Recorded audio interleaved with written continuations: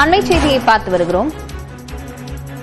மத்திய அரசை கண்டித்து சட்டமன்ற தொகுதிகள் தோறும் திமுக மாணவர் அணி சார்பில் பொதுக்கூட்டங்கள் நடைபெறும் என உதயநிதி தலைமையில் நடைபெற்ற ஆலோசனைக் கூட்டத்தில் முடிவெடுக்கப்பட்டிருக்கிறது.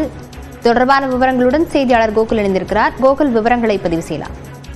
மத்திய அரசை கண்டித்து சட்டமன்ற தொகுதி தோறும் திமுகவுடைய இளைஞரணி சார்பாக கண்டன பொதுக்கூட்டம் நடைபெறும் என்று திமுக இளைஞரணி செயலாளரும் துணை முதலமைச்சருமான உதயநிதி ஸ்டாலின் அறிவித்திருக்கிறார். குறிப்பாக இளைஞரனுடைய ஆலோசனை கூட்டத்தில் இந்த தீர்மானம் நிறைவேற்றப்பட்டதன் அடிப்படையில் தற்பொழுது இந்த அறிவிப்பானது வெளியாகிறது.